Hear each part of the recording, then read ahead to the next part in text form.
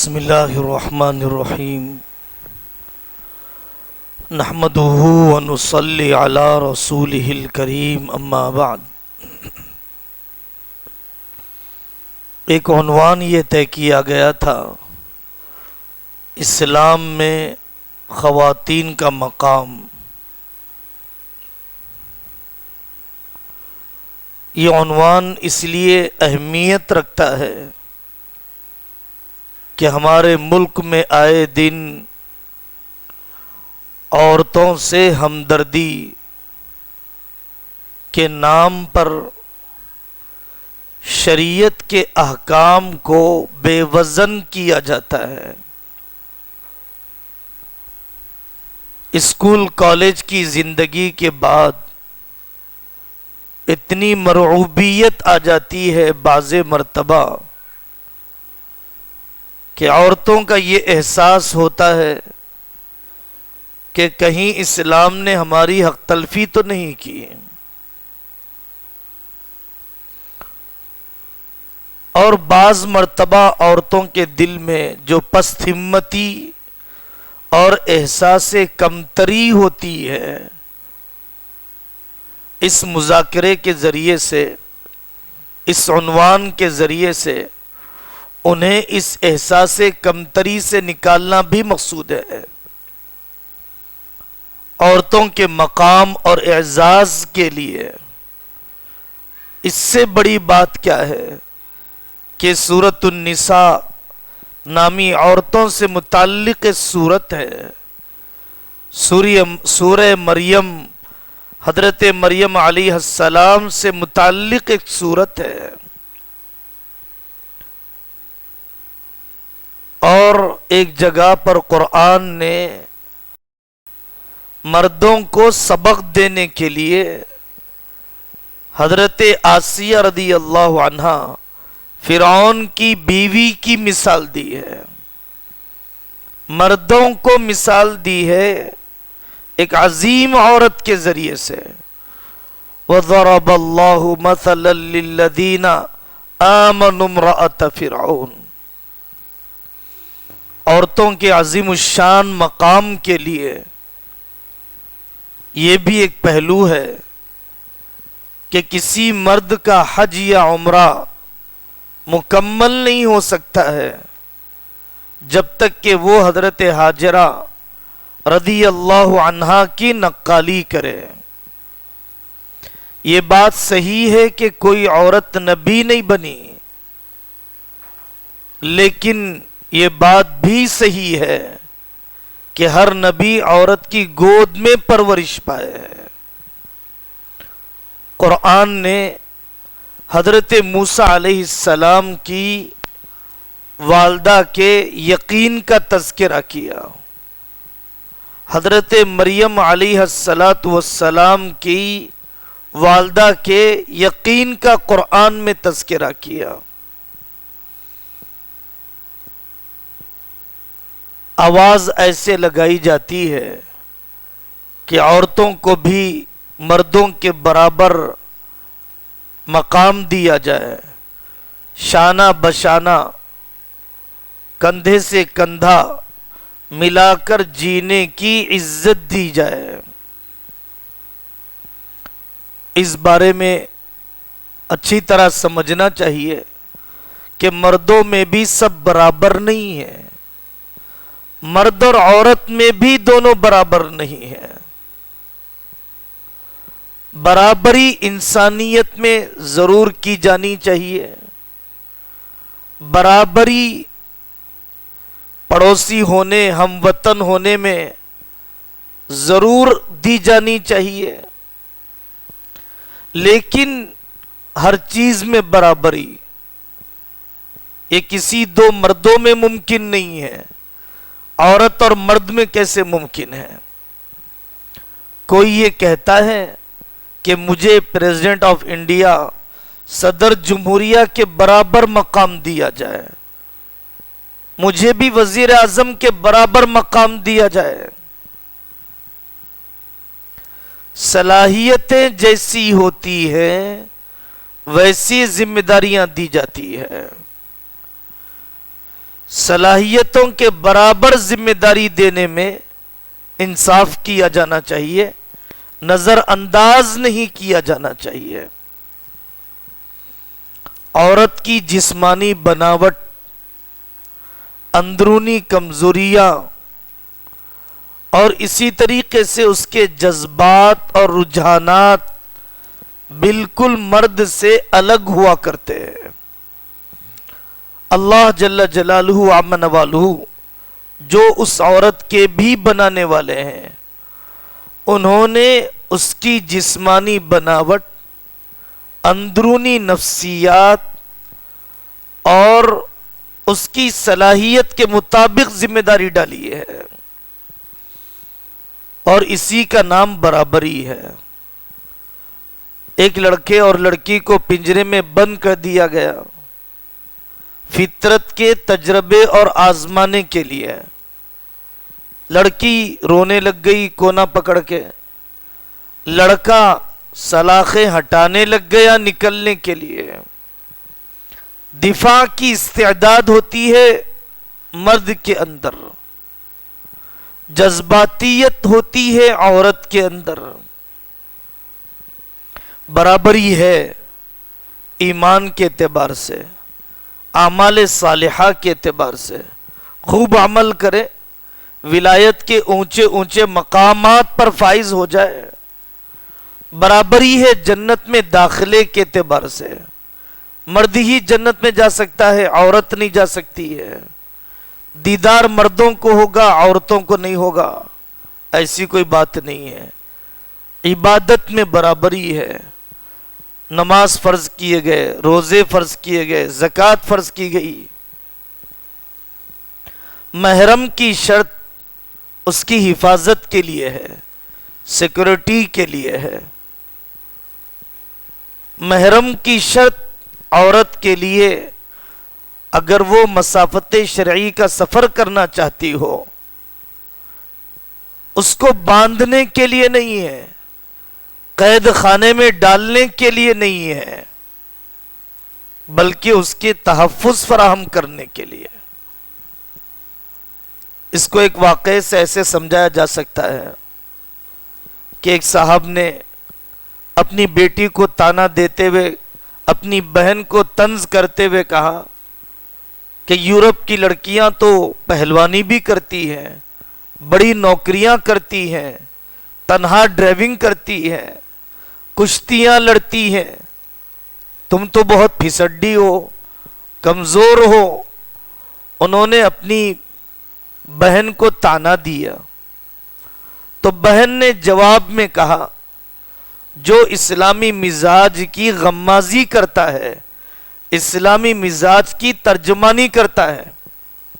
بہن نے کہا، میرا موازنہ یورپ کی لڑکیوں سے مت کیجیے، ان کو ایسے باپ نہیں ملے جیسے میرے والد ہیں، ان کو ایسے بھائی نہیں ملے جیسے میرے بھائی ہیں، ان کو ایسے تحفظ فراہم کرنے والے شوہر نہیں ملے جیسے میرا شوہر ہے۔ مجھے میری حفاظت کا انتظام جو میرے والد اور بھائی اور میرے بیٹے اور میرے شوہر کرتے ہیں، اس کی لذت اور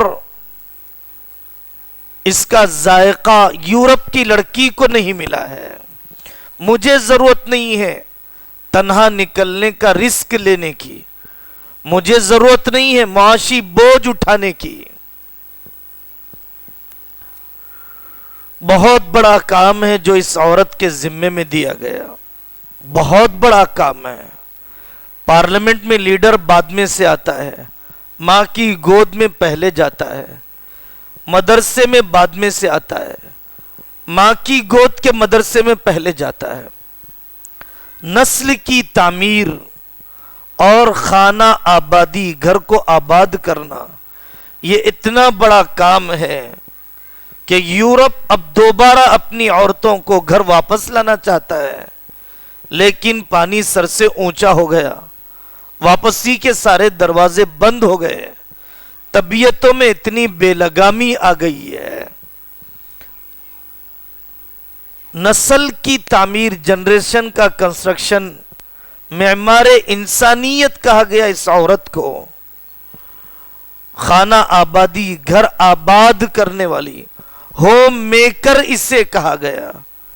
خانہ آباد یہ کرتی ہے، کمپنیاں آباد ہو جائے، گھر آباد نہ ہو، کبھی کوئی نسل پرسکون نہیں رہ سکتی ہے۔ Baby care school, old age home بننے لگ جائے، گھر صحیح آباد نہ ہو، آئندہ کی نسل کو کوئی محبت اور اپنائیت نہیں مل سکتی ہے۔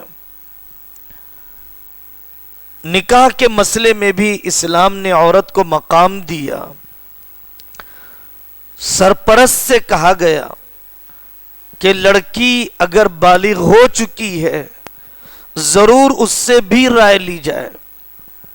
ہمارے معاشرے میں ایک طبقہ وہ ہے جو ماں باپ کے تجربے سے فائدہ اٹھائے بغیر نکاح کر لینا چاہتا ہے، بے لگام بن کر، فلم کی دنیا میں رہتے ہوئے، جذبات اور خوابوں کی دنیا میں رہتے ہوئے۔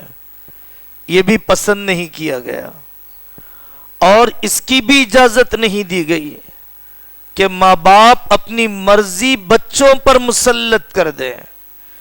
اس کی بھی اجازت نہیں دی گئی کہ ماں باپ بچوں سے بھی رائے نہ لیں کہ بیٹا آپ کیا چاہتی ہیں، آپ کیا چاہتے ہیں۔ اعتدال ہے اسلام میں۔ ولایت نکاح بھی دیا گیا کہ ماں باپ نکاح کروا سکتے ہیں، اور عبارت النساء، عورتوں کی مرضی کا بھی خیال رکھا گیا۔ اگر لڑکے اور لڑکیاں ماں باپ کے مشورے کے بغیر نکاح کرتے ہیں نامناسب جگہ پر، تو ماں باپ کو فسخ کرنے کا حق حاصل ہے، نکاح ختم کرنے کا حق حاصل ہے۔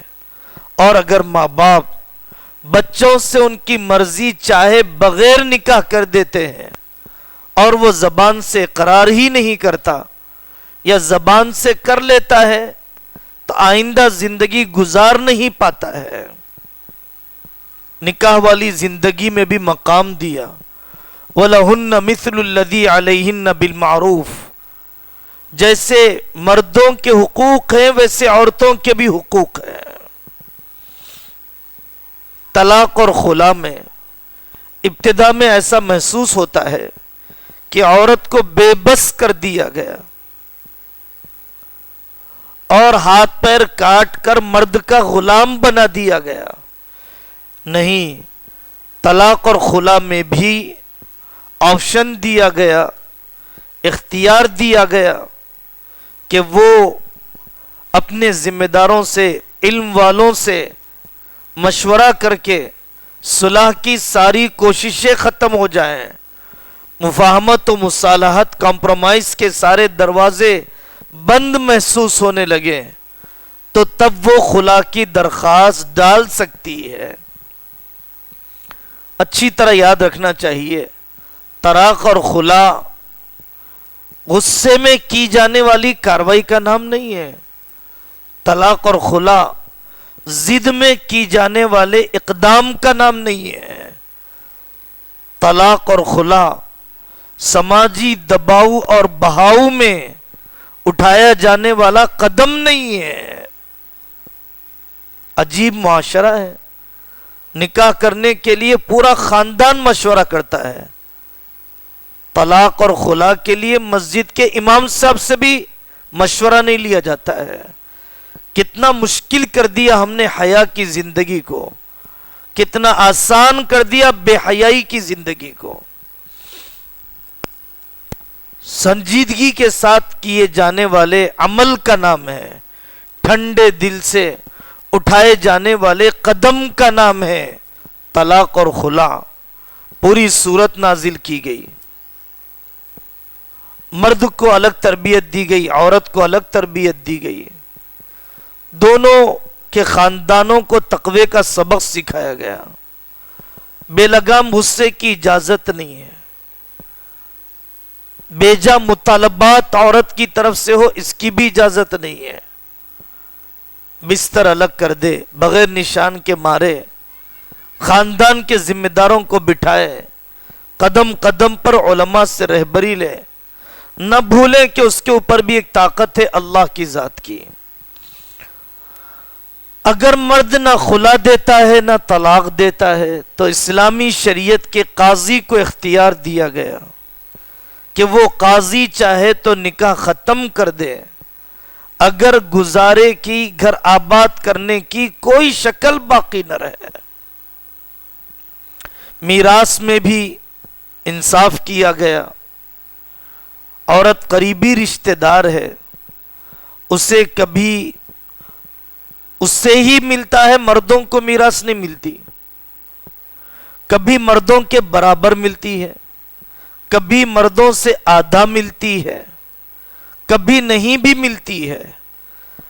عورت پر فائنینشیل برڈن نہیں ہے، معاشی ذمہ داری نہیں ہے، اسی لیے بعض مرتبہ اسے میراث کا حصہ نہیں دیا جاتا ہے۔ چونکہ عورت مہینے میں 3 دن سے لے کر 10 دن تک بیمار رہتی ہے اور اس کی ذمہ داری گھر کو آباد کرنا ہے، تو چوری میں، ڈکیٹی میں گواہی دینے کے لیے آئے کوئی آسان کام نہیں ہے۔ اسی لیے وہاں پر مرد کی ایک گواہی اور 2 عورتوں کی گواہی، 2 عورتیں ایک مرد کے برابر قرار دی گئی ہیں۔ لیکن دودھ پلانے کا مسئلہ ہے اور ولادت اور جننے کا مسئلہ ہے، وہاں پر ایک عورت کی گواہی ہی کافی ہے۔ تو جو معاملات عورتوں سے متعلق ہیں وہاں پر عورتوں کی گواہی کو اچھی طرح قبول کیا گیا۔ عورت اور مرد کے درمیان یہ طبعی فرق کو اچھی طرح سمجھنا چاہیے کہ مرد متکبر ہوتا ہے اور ایگوئسٹ ہوتا ہے، انگریزی زبان میں، اردو زبان میں اسے غیرت مند کہا جاتا ہے۔ غیرت ہے اجنبی مرد کی نگاہ اپنی ماں بیٹی کی طرف اٹھے، گوارا نہیں ہے۔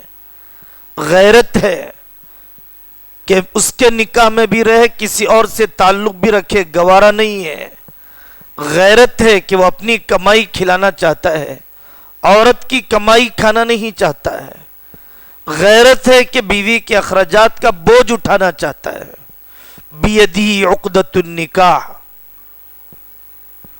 عورت مرد کے مقابلے میں ایموشنل ہوتی ہے، جذباتی ہوتی ہے، جذبہ امومت کی وجہ سے، شفقت مادری کی وجہ سے، ماں ہونے کی وجہ سے۔ یہی وجہ ہے کہ بچوں کو راتوں میں سنبھالنا، اس کے کھانے پینے کے لیے بے چین ہو جانا، اس کی بیماری کے اندر سارے جتن کر دینا، مرد کے اندر اتنی ہمدردی نہیں ہوتی ہے جتنا ایک عورت کے اندر فطرتاً ہوتی ہے۔ اور یہ ماں پن اور یہ مادری شفقت ضروری ہے نسل کی تربیت کے لیے۔ اگر یہ جذباتیت نہ ہو نسل کی تربیت دشوار ہو جائے۔ لیکن ایک دوسرا پہلو بھی ہوتا ہے کہ جذباتیت میں فیصلہ کمزور ہو جاتا ہے، جذباتیت میں عقل تھوڑی سی ڈھک جاتی ہے، جذباتیت میں ڈیسیشن لینے کا انداز آدمی کا کمزور پڑ جاتا ہے۔ اسی لیے طلاق کا اسے اختیار نہیں دیا گیا عام حالات کے اندر، اور دوسرے بڑے اختیارات نہیں دیے گئے، کہیں یہ جذبات میں غلط فیصلہ نہ کرے، جلد بازی میں کوئی غلط فیصلہ نہ کرے۔ باقی اس کی اجازت نہیں ہے کہ تذلیل کی جائے، عزت نفس کا لحاظ نہ کیا جائے۔ حضرت رسول اللہ صلی اللہ علیہ وسلم نے عورت کو امیر نہیں بنایا اسی وجہ سے، لیکن اس کی رائے اور اس کے خیالات سے استفادہ ضرور کیا ہے۔ امی جان حضرت عائشہ رضی اللہ عنہا نے دین کے کتنے بڑے حصے کو امت تک پہنچایا۔ حضرت ام سلمہ رضی اللہ عنہا کے فیصلے نے اور رائے نے صلح حدیبیہ کے موقع پر حضرت آقا صلی اللہ علیہ وسلم کی ہمت کیسے بندھائی ہے. حضرت خدیجہ الکبریٰ رضی اللہ عنہا کے چند بولوں نے حضرت آقا صلی اللہ علیہ وسلم کو کیسے حوصلہ دیا ہے. تو یہ پہلو ہمارے ذہن میں ہو کہ خواتین کو دین اسلام نے واقعی وہ مقام منصفانہ دیا ہے، مساویانہ دیا ہے، جس کو اس کی صلاحیتیں چاہتی ہے، جس کو اس کی جسم کی استعداد چاہتی ہے. باقی جو لوگ مردوں کے برابر مقام دینا چاہتے ہیں وہ بیچارے جننے کا بوجھ بھی عورت پر، نوکری کرنے کی ذمہ داری بھی عورت پر، مکان میں پکانے کی ذمہ داری بھی عورت پر، دکان میں گراہک کو سنبھالنے کی ذمہ داری بھی عورت پر. جوانی میں حسن سے کھیلے گا، بڑھاپے میں اسے اولڈ ایج ہوم میں چھوڑ دے گا، نکاح کرے بغیر تعلق رکھے گا، ذمہ داریاں اٹھائے بغیر. مفتی اشرف علی صاحب سعودی رحمت اللہ علیہ کی یہ بات سن کر بڑا تاثر ہوا. اگر آپ ساتھ زمین و آسمان کی دولت بھی لا لیں، اسلام آپ کو اجازت نہیں دے گا کسی عورت کو ہاتھ لگانے کی جب تک کہ اللہ کا نام نہ لیا جائے، جب تک کہ ایجاب و قبول نہ کیا جائے، جب تک کہ اسلامی شریعت کے ضابطے کی تکمیل نہ کی جائے. کتنا بڑا مقام ہے اس عورت کا کہ سارے زمین و آسمان کے خزانے بھی اللہ کا نام لیے بغیر اس عورت کے قریب ہونے کی آپ کو اجازت نہیں دیں گے. دوسرا عنوان جو اس موقع پر طے کیا گیا، گھریلو جھگڑوں سے نجات. ہمارے معاشرے کے اندر، سوسائٹی میں تنازعات انبن کن اسباب سے پیدا ہوتے ہیں اور ان کو کیسے ختم کیا جا سکتا ہے. جب کوئی آدمی ڈرائیونگ سیکھنے کے لیے جاتا ہے تو اسے سکھلایا جاتا ہے کہ کس سگنل کا کیا مطلب ہے، کیسے گاڑی کو ریورس لیا جاتا ہے، چھوٹی جگہ پر کیسے موڑا جاتا ہے. اور یہ سب سیکھے بغیر گاڑی اپنے ہاتھ میں لینا گاڑی کو بھی نقصان پہنچائے گا، خود کو بھی نقصان پہنچائے گا. میں اس گفتگو کو حضرت مولانا خواجہ نذیر الدین سبیلی صاحب کے ان 5 نصیحتوں سے شروع کرتا ہوں، جو 5 نصیحتیں مجھے بڑی بڑی کتابوں پر بھی بھاری محسوس ہوئی، لمبے لمبے بیانات پر بھی بہت باوزن محسوس ہوئی. کچھ دن پہلے یہاں رحمت نگر میں ختم بخاری کا جلسہ تھا. عالمات اور مفتیات کو تیار کرتے کرتے عمر بیت گئی. خواتین کے مسائل کو حل کرتے ہوئے ظاہر ہے کہ ان کا ایک ایک جملہ کتنا تجربات کے سمندر کو لیا ہوا ہے. پہلے ان کی 5 نصیحتیں نقل کرتا ہوں سادی زبان میں، بہت موٹی، بہت بنیادی. حضرت نے فرمایا تھا فارغ ہونے والی خواتین سے کہ بیٹا آپ حق بات کہنا چاہیں گے، لیکن حق بات کہنے کے لیے حق طریقہ بھی چاہیے. اگر حق بات کہہ دی گئی حق طریقے کے بغیر، بجائے خیر پیدا ہونے کے شر پیدا ہوگا. بہت انتظار کرنا پڑتا ہے سرجری کرنے کے لیے کہ شوگر بی پی نارمل ہو جائے، ورنہ خون زیادہ بہہ جائے گا، پہلے کی بیماری سے بڑا نقصان ہو جائے گا. حق بات کہتے ہوئے حق طریقہ بھی سوچنا. دوسری بات، دلائل سے قائل کرانے کے بجائے اخلاق سے مائل کرنے کی کوشش کرنا. آدمی اپنی ڈگری کی دھاگ، اپنی زبان زوری کی قوت سے منوانا چاہتا ہے. حضرت نے فرمایا کہ دلائل سے قائل کرانے کے بجائے اخلاق سے مائل کرنے کی کوشش کرنا. 2 نصیحتیں ہو گئی. تیسری نصیحت، جس گھر میں بھی جانا سارا کام اپنی ذمہ داری سمجھنا، کام کو روز اول سے تقسیم نہ کرنا، یہ دیورانی کا، یہ جیٹھانی کا، یہ ساس کا، یہ فلانی کا، کام تقسیم نہ کرنا، بلکہ اپنے طور پر طے کر لینا کہ یہ گھر میرا ہے، پوری ذمہ داری میری ہے. کچھ دن کی بات ہوگی، پھر تمہارے لیے اللہ گھر کو جنت بنا دیں گے. کچھ دن کی بات ہوگی، اللہ پورے گھر کو تمہارے لیے جنت بنا دیں گے. چوتھی نصیحت، پرانے لوگ، بوڑھے لوگ اگر کوئی بیجا طور پر غلط طریقے سے ٹوک بھی دے تو جواب نہ دینا. آپ سے برتن نہیں ٹوٹا ہے، کہا جا رہا ہے کہ آپ نے توڑ دیا، ہرگز جواب نہ دینا. جب حقیقت سامنے آ جائے گی تمہارا مقام ان کے دل میں اتنا بن جائے گا جو تم جواب دینے سے اپنا مقام نہیں بنا سکتی ہو.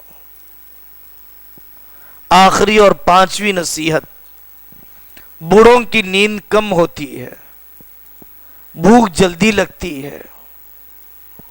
ہر صورت میں شوہر کے کہنے کے باوجود بھی فجر کے بعد نہ سونا. پہلے خاندان کے بوڑھوں کا ناشتہ اور ان کی چائے اور صفائی کر لینے کے بعد پھر اپنی ساس صاحبہ کے سامنے کھڑے ہو کر اجازت چاہنا آرام کرنے کی، اور جب اجازت مل جائے تو تب آرام کر لینا اجازت کے بعد. یہ 5 نصیحتیں ہیں جو بہت زیادہ اہمیت رکھتی ہے. گھریلو جھگڑے، ہمیشہ یہ بات ذہن میں رہنا چاہیے، صلہ رحمی کی اسلام میں بڑی اہمیت ہے، عمر اسی سے بڑھتی ہے. قطع رحمی کے ساتھ دعا سر سے اوپر نہیں جاتی ہے. آدمی کی نیکیاں رشتوں کے کاٹنے سے ضائع ہو جاتی ہے. 3 دن سے زیادہ بات بند کرنا حرام ہے. 1 سال سے زیادہ بات بند کرنا قتل کے گناہ کے برابر ہے. صلہ رحمی کی اہمیت، دل کو صاف رکھنے کی اہمیت، اسلام نے کتنا اس پر زور دیا ہے. حضرت آقا صلی اللہ علیہ وسلم فرماتے ہیں، میں چاہتا ہوں کہ تمہارے پاس آؤں تو صاف دل کے ساتھ آؤں، نئے دن کے ساتھ نیا دل لے کے شروع کیا کرو. نئے دن کے ساتھ نیا دل لے کر شروع کیا کرو. گزشتہ جو کچھ ہوا، تیز کلامی ہوئی، ایک دوسرے کے ساتھ جھگڑے کی گفتگو ہوئی، ان سب کو ختم کر کے نیا دن شروع کیا کرو. اولاد اور ماں باپ میں جھگڑے ہوتے ہیں. آج کل بہت ساری وجوہات ہے. ایک بڑی وجہ تقسیم جائیداد کے معاملے کا صاف نہ ہونا ہے. اولاد اور والدین کے جھگڑے، تقسیم جائیداد، والد یا والدہ کا انتقال ہو گیا، میراث جلدی تقسیم کرنا چاہیے. بڑے بھائی چھوٹے بھائی کے ساتھ دوسرے بھائیوں کو کاروبار میں لگا دیا. صفائی ہونی چاہیے کہ کون اصل مالک ہے، کون ملازم ہے، کون اصل مالک ہے، کون معاون ہے، کون اصل ملازم ہے اور کون صرف سیکھنے کے لیے ساتھ میں ہے یا دونوں پارٹنر ہیں. تقسیم جائیداد کا جھگڑا اس لیے ہوتا ہے کہ اولاد میراث میں تو حصہ لینا چاہتی ہے، خدمت میں حصہ لینا نہیں چاہتی ہے. لینے کا ہاتھ پورا رکھنا چاہتی ہے، دینے کا ہاتھ پورا نہیں رکھنا چاہتی ہے۔ اس سلسلے میں علماء سے تفصیلات معلوم کرنا چاہیے۔ اولاد اور بچوں میں جھگڑے کی بنیاد کبھی ماں باپ کی بے انصافی بھی ہوتی ہے۔ ایک بیٹے پر زیادہ توجہ دی، دوسرے پر نہیں دیا۔ ایک بہو کی زیادہ خدمت اور اپنائیت کی، دوسرے کی نہیں کی۔ آقا صلی اللہ علیہ وسلم نے فرمایا اولاد میں برابری کرو، جیسے تم چاہتے ہو کہ وہ بڑھاپے میں برابر خدمت کرے۔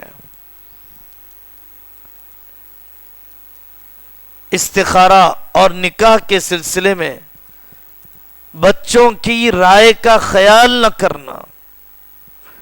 استخارہ اس زمانے میں عجیب بدنام کر دیا گیا، کتنے اچھے رشتوں کو ٹھکرا دیا گیا۔ استخارہ کسی خواب کا نام نہیں ہے، استخارہ کسی دلی رجحان کا بھی نام نہیں ہے۔ استخارہ اللہ سے خیر طلب کرنے کا نام ہے، خبر طلب کرنے کا نام نہیں ہے۔ آدمی پہلے مشورہ کر لے اور خاندانی مناسبت دیکھ لے، دیکھے بھلے خاندان کا انتخاب کر لے، بڑوں سے بچوں سے رائے لے لے اور ایک امیر کے ہاتھ پر فیصلہ کر لے۔ گھروں کا امیر طے نہیں ہے، ڈیسیشن میکر طے نہیں ہے۔ کبھی خالہ منع کر دیتی ہے، کبھی بھانجیاں انکار کر دیتی ہیں، کبھی خالہ زاد بھائی رکاوٹ ڈال دیتا ہے۔ بڑوں میں نرمی ہونی چاہیے، بچوں میں خدمت ہونی چاہیے۔ اللہ والوں سے دوریاں ہیں، بچوں پر اتنا زور ڈالا جاتا ہے جس کی اجازت شریعت نہیں دیتی ہے۔ ہم بچوں کو وقت نہیں دیتے، باہر دوستیاں ہو جاتی ہیں، اس لیے بچے اپنے ماں باپ کی اطاعت کرنا نہیں چاہتے ہیں۔ اور یہ بھی ایک پہلو ہے جھگڑے کا، بچوں کے اپنے ماں باپ کے ساتھ احسان فراموشی کا معاملہ۔ ہمیں واقعات سنائے گئے، اپنی ماں کو کندھے پر بٹھا کر بھی حج کرا دیا، طواف کرا دیا۔ اس ایک آہ کا بدلہ نہیں ہو سکتا ہے جو اس کے دنیا میں آنے کے وقت ماں کی زبان سے نکلے تھے، کراہنے کی آواز ہے۔ لیکن حق بھی ہے، حد بھی ہے۔ گھریلو جھگڑوں میں دوسرا رشتہ، جس رشتے کے اندر الجھنیں پیدا ہوتی ہے، اصل ہماری کوتاہی یہ ہے کہ ہم رشتوں کو وقت دینا نہیں چاہتے ہیں۔ حضرت رسول اللہ صلی اللہ علیہ وسلم اپنے رشتوں کو وقت دیتے تھے۔ کتابیں لکھی گئی ہیں، حضرت آقا صلی اللہ علیہ وسلم کا اپنی رضاعی ماؤں کے ساتھ تعلق، کتابیں لکھی ہوئی ہے۔ آپ کا اپنے خادموں سے برتاؤ، کتابیں لکھی ہوئی ہے۔ آپ کا اپنے بیٹیوں اور نواسیوں کے ساتھ سلوک، کتابوں میں تفصیل سے لکھا گیا کہ آپ کی چچیوں کا خیال آپ کیسے رکھا کرتے تھے، حضرت خدیجہ رضی اللہ عنہا کی سہیلیوں کا خیال حضرت خدیجہ کے انتقال کے بعد کیسے رکھا کرتے تھے۔ رشتوں کو وقت دینا، بہن کے بھائی کے رشتوں کو وقت ہی نہیں دیتے ہیں، جنازے میں بھی گرتے پڑتے اخیر میں آتے ہیں، شادی میں شرکت بھی اس لیے کہ دنیا کیا کہے گی، بھائی نہیں آیا ہے، بھائیوں میں کوئی خانہ جنگی ہوگی، پتہ نہیں ہماری بیٹی سکھی رہے گی یا وہاں پر دکھ اٹھائے گی۔ رشتوں کو وقت دیجیے، معاملات کو اپنے بھائیوں سے بھی صاف رکھیے۔ امریکہ بھیجا گیا، بطور قرض کے پیسے دیے 12-15 لاکھ، یا بطور ہدیے کے دیے، یا آدھا ہدیے کے آدھے قرض کے۔ معاملات کو صاف رکھنا چاہیے۔ جوائنٹ فیملی کے اندر بچوں کی لڑائیاں بڑوں کی لڑائیاں ہوتی ہیں۔ جوائنٹ فیملی کے اندر نزاکتیں بہت ہے، شرعی پردے کو زندہ رکھنے کا نزاکت بہت ہے۔ اگر کوئی چیز کھانے کے لیے لائی جاتی ہے، اس کی تقسیم کیسی ہونی چاہیے، دوسرے کا سامان استعمال کرنے میں احتیاط کیسے ہونی چاہیے، اخلاق اتنے بڑے نہیں رہے، ظرف اتنے وسیع نہیں رہے، صحت اتنی اچھی نہیں رہی مزاجوں کو نبھانے کے لیے۔ حضرت الاستاد مفتی سعید صاحب پالن پوری رحمت اللہ علیہ کا یہ طریقہ بہت مثالی تھا، اور ہمیں اپنے ناقص سمجھ کے مطابق بہت مثالی طریقہ سمجھ میں آتا ہے اس زمانے کے اعتبار سے۔ ان کے 10 سے زیادہ بچے تھے، اور نکاح کرنے میں ضابطہ یہ تھا کہ ایک بچے کا نکاح کراتے، 1 سال اپنے ساتھ رکھتے، اور اس کے بعد سامنے کے مکان میں کرائے سے بھیج دیتے، اور یہ جملے ارشاد فرماتے ہیں کہ تمہارا چولہا الگ کیا ہے، خاندان سے علیحدہ نہیں کیا، ہم مر نہیں گئے ہیں، ہمارے سامنے زندگی گزار کے بتاؤ، جو کمی بیشی ہوگی ہم تمہیں دے دیا کریں گے۔ 1 سال اپنے ساتھ تربیت رکھی، اس کے بعد الگ چولہا کر دیا۔ پھر دوسرے بیٹے کا نکاح، اسے 1 سال اپنے ساتھ رکھا، اسے ایک الگ ٹھکانہ دے دیا، الگ ترتیب 1 سال کی ٹریننگ دے کر ہر ایک کا چولہا اور گھر الگ الگ آباد کر دیتے۔ اس زمانے میں یہ طریقہ بہت مناسب سمجھ میں آیا۔ عیادت کے لیے جانا، تعزیت کے لیے جانا، مہلک بیماریاں ہوتی ہیں اور بہت طویل المدت، بہت لمبا وقت لینے والی بیماریاں ہوتی ہیں، لیکن خاندان کے افراد ایک دوسرے کا تعاون نہیں کرتے ہیں۔ بہت لمبے عرصے سے ڈائلسس پر ہے، بہت لمبی مدت گزر گئی کینسر میں رہتے ہوئے، تنگی کا زمانہ دراز ہوتا جا رہا ہے، نادانی میں قرضے بڑھتے جا رہے ہیں، کسی کے بچے پریشان کر رہے ہیں، کسی کے کاروباری حالات نامناسب چل رہے ہیں۔ ایک دوسرے سے جو ہمدردی ہونی چاہیے بھائی بہنوں کے اندر، وہ ہمدردی کم ہوتی چلی جاتی ہے، اور حقیقت یہی ہے کہ جب رشتے ٹوٹ جاتے ہیں تو اپنوں کی باتیں بھی دوسروں سے پوچھی جاتی ہے۔ فلانا کیسا ہے، اپنے بھائی کے بارے میں دوسروں سے پوچھتے ہیں، فلانا کیسا ہے۔ بھائی آپ کیوں نہیں پوچھ سکتے براہ راست؟ اپنے بچوں کے ذریعے سے پوچھتے ہیں، جاؤ تمہارے امی سے پوچھاؤ کھانا کھائے نہیں کھائے، آپ کیوں نہیں پوچھ سکتے ہیں؟ جب دوریاں بڑھ جاتی ہیں، نفرت کی دیواریں کھڑی ہو جاتی ہیں، جب نفرت کی دیواریں کھڑی ہو جاتی ہیں، اپنوں کی بات بھی دوسروں کے ذریعے سے پوچھی جاتی ہے۔ بلا واسطہ بات کیجیے، اپنی بہن سے بلا واسطہ بات کیجیے، اپنے بھائیوں سے ڈائریکٹ بات کیجیے۔ کسی تیسرے کو انوالو کرنا یہ فاصلے بڑھانے کا ذریعہ بنتا ہے، فاصلے کم کرنے کا ذریعہ نہیں بنتا ہے۔ تیسرا رشتہ جس رشتے میں الجھنیں رہتی ہیں بیوی شوہر کے، عام طور پر 98% بیوی شوہر کے جھگڑے کسی تیسرے کی وجہ سے ہوتے ہیں۔ میرے بھائی سے آپ نے ایسا کیوں کہا، میری والدہ کا اکرام کیوں نہیں کیا، میری بہن کی مہمان نوازی کیوں نہیں کی۔ دونوں میں جھگڑا کسی تیسرے کی وجہ سے۔ جیسے جسم اور کپڑے میں تیسری چیز نہیں ہے، بیوی اور شوہر میں بھی کسی تیسرے کو نہیں لانا چاہیے۔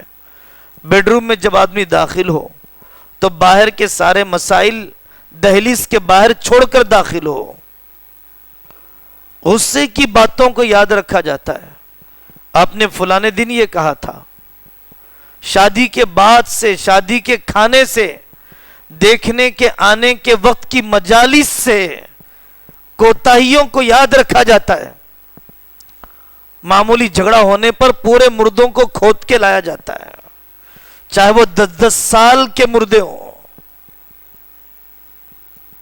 بہت حکمت کی بات کہی کہنے والے نے کہ دوست نے کوئی احسان کر دیا اسے پتھر پر لکھ لے، اور اگر کوئی زیادتی کر دی، غلط بول دیا، اسے پانی پر لکھ لے۔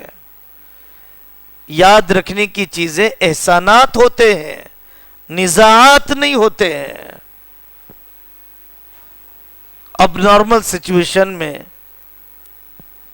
اور نہایت غصے کے عالم میں جو کاروائی نہیں چاہتے ہوئے بھی کی گئی، اس کاروائی کو یاد رکھنا، اور بہت محبت کے عالم میں جو قدم اٹھائے گئے، جو احسانات کیے گئے، اسے فراموش کر دینا، نظر انداز کر دینا، یہ شیطان کو اپنے درمیان آنے کی جگہ دینا ہے۔ بیوی شوہر کو چاہیے کہ دونوں اپنے ماں باپ کا احترام کریں۔ ایسا ہرگز نہیں ہو سکتا ہے کہ میں بیوی کے ماں باپ کا احترام نہ کروں اور اپنے ماں باپ کے احترام کا مطالبہ کروں۔ بیوی میرے ماں باپ کا احترام نہ کرے اور وہ اپنے ماں باپ کے احترام اور اعزاز کو چاہے۔ گھر کی ضروریات پورا کرنے میں دلچسپی لینا چاہیے۔ لوگ پولیس اسٹیشن تک معاملات لے جانے کو برا نہیں سمجھتے ہیں، کسی اللہ والے کے پاس صلح کے لیے جانے کو عیب سمجھتے ہیں۔ کیسے کہہ دیا آپ نے مفتی صاحب کو، کیسے بتلا دیا فلانے مولوی صاحب کو۔ پولیس اسٹیشن میں نہایت تذلیل کا برتاؤ ہوتا ہے، مہیلا عدالتوں میں انتہائی ہتک آمیز توہین والا سلوک ہوتا ہے۔ بیوی شوہر کی تنہائی کی باتیں بھی مہیلا کورٹ اور عدالت میں بے آبروئی اور بے عزتی کی جاتی ہے، لیکن بند کمرے میں مفتی صاحب کے پاس، کسی اللہ والے کے پاس جب صلح کرانے کی بات کہی جاتی ہے تو لوگ کہتے ہیں آپ نے گھر کی بات باہر کیسے پہنچا دی ہے۔ گھر کی دوائی سے علاج نہ ہو، باہر دواخانہ لے جایا جاتا ہے اور لے جایا جانا چاہیے۔ اسی طریقے سے ہمیں یہاں پر کوشش کرنا چاہیے، اللہ کے ذکر کا اہتمام، دعا کی فکر، تواضع بنیاد ہے۔ چھوٹا بن جائے آدمی، تکبر چھوڑ دے، ضد نے عدالتوں کو بھر کر رکھا ہے۔ دعا کا اہتمام کریں، اللہ سے اپنے درمیان محبت مانگے۔ بدگمانی سے فساد شروع ہوتا ہے، اور فون نے بدگمانی کے دروازے اور کھول دیے ہیں۔ چوپٹ نگرانی کی جاتی ہے کہ آپ نے آخری وقت واٹس ایپ فلانے وقت دیکھا، آپ نے فون کیوں نہیں اٹھایا، آپ نے جواب کیوں نہیں دیا۔ فون نے بدگمانی کے دروازے، وضاحت کی جائے تب بھی قبول نہیں کی جاتی ہے۔ شیطان دین کا کام کرنے والوں میں بدگمانی زیادہ پیدا کرتا ہے، چوروں میں اتنی بدگمانی پیدا نہیں کرتا ہے۔ چوروں کے سارے کام ایک دوسرے پر اعتماد کے ساتھ ہوتے ہیں، چوروں کے سارے کام ایک دوسرے کی قدر کے ساتھ ہوتے ہیں، لیکن دینداروں میں بدگمانی کے ذریعے سے خاندانوں کو پھاڑ دیا جاتا ہے۔ چوتھا رشتہ جس میں خاندانی اعتبار سے نزاعات کھڑے ہو جاتے ہیں، تاریخی رشتہ، ساس بہو کا رشتہ۔ بڑوں کے تجربات سے فائدہ اٹھانا چاہیے۔ سسرال کے گھر کو اپنا گھر جب تک نہیں سمجھا جاتا، اس وقت تک وہ اپنے گھر کو آباد نہیں کر سکتی ہے۔ شکر گزاری، نہ اللہ کا شکر کرتے ہیں نہ مخلوق کا شکر کرتے ہیں۔ اگر ساس نے کپڑے دلا دیے، تحفہ پیش کر دیا، شکر کرنا چاہیے۔ چائے وقت پر دے دی، دوائی وقت پر رکھ دی، کھانا اچھا بنا دیا، بہو نے شکر کرنا چاہیے۔ زبانیں سوکھ جاتی ہیں ایک دوسرے کا شکر کرنے کے لیے۔ اجنبی لوگوں کی عیادت کریں گے، اپنے گھر میں جو ننند، اپنے گھر میں جو جٹھانی، اپنے گھر میں جو بہو یا ساس بیمار ہے، اس کی خیریت نہیں لیں گے، حالانکہ وہی موقع ہوتا ہے دل میں جگہ بنانے کا۔ اپنی ساس کو اپنی حقیقی ماں کے بعد دوسرے درجے کی ماں کا مقام دینا. کبھی میکے میں جائے تو سسرال سے فون پر رابطہ رکھنا کہ ساس نے کھانا کھایا نہیں کھایا, طبیعت کیسی ہے, بیماری میں کچھ کھانا بنا کر پیش کیا جا سکتا ہے نہیں. تو میرے دوستوں اور دینی ماں اور بہنوں, بہت ضرورت ہے خاندانی خلفشار کو ختم کرنے کی, اور ذہن و دماغ کی صلاحیتیں انہی خانہ جنگیوں پر لگ جائیں گی. عالمی مسائل کے لیے, ملکی مسائل کے لیے, تدریس, تزکیہ, تبلیغ کی خدمات کے لیے ہمارے جذبات اور صلاحیتیں کب قبول کی جائیں گی؟ اور آخری بات یہ ہے جو ہمارے اکابر ہر جگہ پر کہہ رہے ہیں, چلا رہے ہیں, کاغذات کو درست کریں, ووٹر آئی ڈی کارڈ بنائیں, اپنے کاغذات کے اندر پائی جانے والی اغلاط, ابھی بھی CAA, NPR وغیرہ کی تلوار ختم نہیں ہوئی ہے. اپنی نسلوں کو مایوسی سے بھی نکالیں, جذباتیت سے بھی نکالیں. مایوس کرنے والی تنظیمیں, جذباتیت میں بہانے والی جماعتیں, ان دونوں سے روکتے ہوئے اپنی نسلوں کو مستند علماء کرام کی نگرانی میں طویل المدت منصوبہ بندی پر چلائیں. تعلیم کے ترجیح میدان, آج تک ہماری بیویوں نے مدرسے میں نہیں پڑھا یا کم پڑھا, لڑکوں کے مدرسوں کو بھی نہیں دیکھا. عصری تعلیم کی حقیقت, عصری تعلیم کے ترجیحی میدان کا پتہ ہی نہیں ہے. لیکن خواہش ہوتی ہے حافظ بھی بن جائے, انجینئر بھی بن جائے, خواہش ہوتی ہے ڈاکٹر بھی بن جائے, مفتی صاحب بھی بن جائے. سویرے جاگنے کے لیے تیار نہیں, بڑے بڑے منصوبوں کے خواب, باہر کی دنیا سے واقفیت نہیں, اور اپنی ضد پر اصرار. ایسا نہیں ہونا چاہیے. اپنے اکابر علماء سے رابطہ ہو, باہر کی دنیا کو سمجھے, بدلتے قوانین کو دیکھیں, بچے کی صلاحیت کا اندازہ کریں, اور جو انسٹیٹیوٹس اور ادارے باہر دستیاب ہیں ان اداروں کو بھی جا کر معائنہ کریں, اور سب سے پہلے دین اور ایمان اور اخلاق اور اقدار کی حفاظت کو ترجیح دیں. اس کے بعد میدان کا انتخاب کیا جائے. تعلیم کے ترجیحی میدان, مجبور کر دیا گیا ڈاکٹر بننا ہے تجھے, پریشان ہے, کہیں کہیں لاکھ کا قرض لیا گیا, نیٹ میں رینک لانے پر دباؤ ڈالا گیا, 10th میں فیل ہونے پر خودکشی کا قدم اٹھا لیا. ایسا نہیں ہونا چاہیے.